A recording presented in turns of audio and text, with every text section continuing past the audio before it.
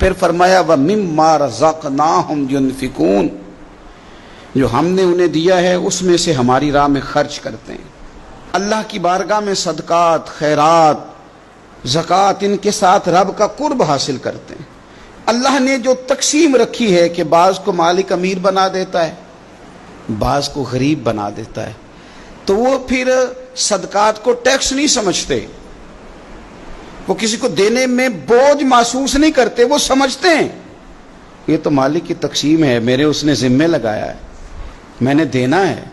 وہ سمجھتے ہیں کہ اللہ تبارک و تعالیٰ نے فضل کے ساتھ میرے ذمہ لگایا تھا کہ میں جاؤں اور اللہ کے کچھ بندوں کو میں اللہ کے دیے ہوئے رزق سے دوں۔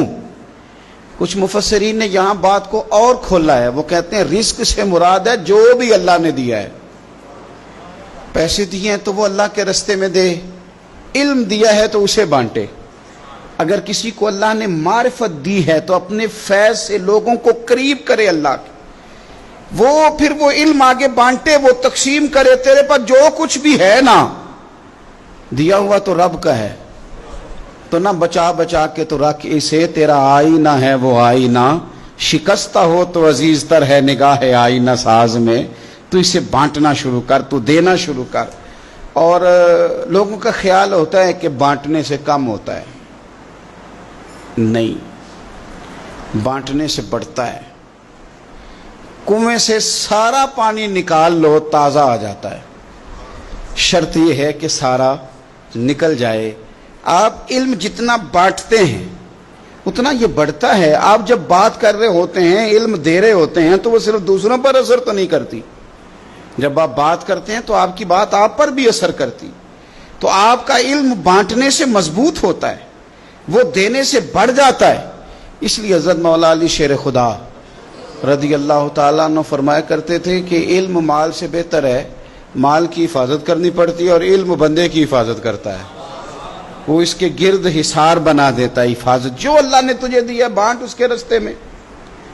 پھر مومنوں کی صفت بیان کی، ایک تو یؤمنون بالغیب، غیب پر ایمان رکھتے ہیں، وَيُقِيمُونَ الصَّلَاةَ، نماز قائم کرتے ہیں، وَمِمَّا رَزَقْنَاهُمْ يُنْفِقُونَ، جو ہم نے انہیں دیا ہے ہمارے راہ میں خرچ کرتے ہیں۔ اور پھر فرمایا وَالَّذِينَ يُؤْمِنُونَ بِمَا أُنزِلَ إِلَيْكَ، اور جو ہم نے آپ کی طرف نازل کیا حبیب وہ اس پر ایمان لاتے ہیں، کتاب کو، قرآن کو سینے سے لگا کے رکھتے ہیں، اس کے ایک ایک حرف کو وہ اپنے لیے دستور حیات سمجھتے ہیں، ایمان لاتے ہیں پختہ۔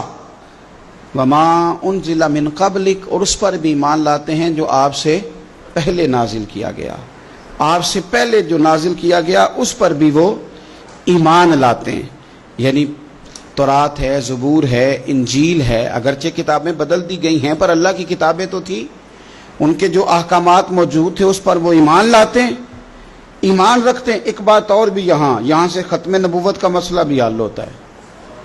کہا گیا ایمان دو چیزوں پہ ہے، والذین یؤمنون بما انزل الیک وما انزل من قبلک، ایک اس پر ایمان لاتے ہیں جو آپ پہ نازل ہوا، اور ایک اس پر جو آپ سے پہلے نازل ہوا۔ یہ نہیں فرمایا کہ آپ کے بعد بھی کچھ نازل ہوگا، پہلے نازل ہوا جب آپ پر نازل ہوا، آپ کے بعد کچھ بھی نازل نہیں ہوگا۔ بتا دیا قرآن مجید نے یہاں کہ ختم ہو گئی بات، رسول پاک علیہ السلام پر بات ختم ہو گئی، نبوت کا سلسلہ رب نے ختم کر دیا، زندگیاں ختم ہوئی اور قلم ٹوٹ گئے، پر تیرے اوصاف کا ایک باب بھی پورا نہ ہوا۔ ختم کر دی بات، یہاں مالک نے ختم کر دی۔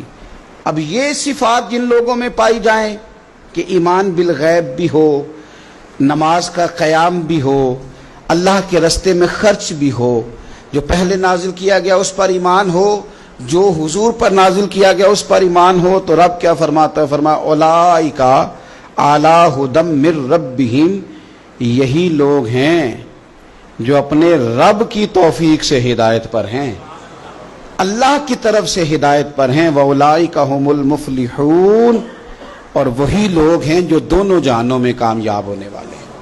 یہ کامیابی والے لوگ یہاں بھی اور وہاں بھی۔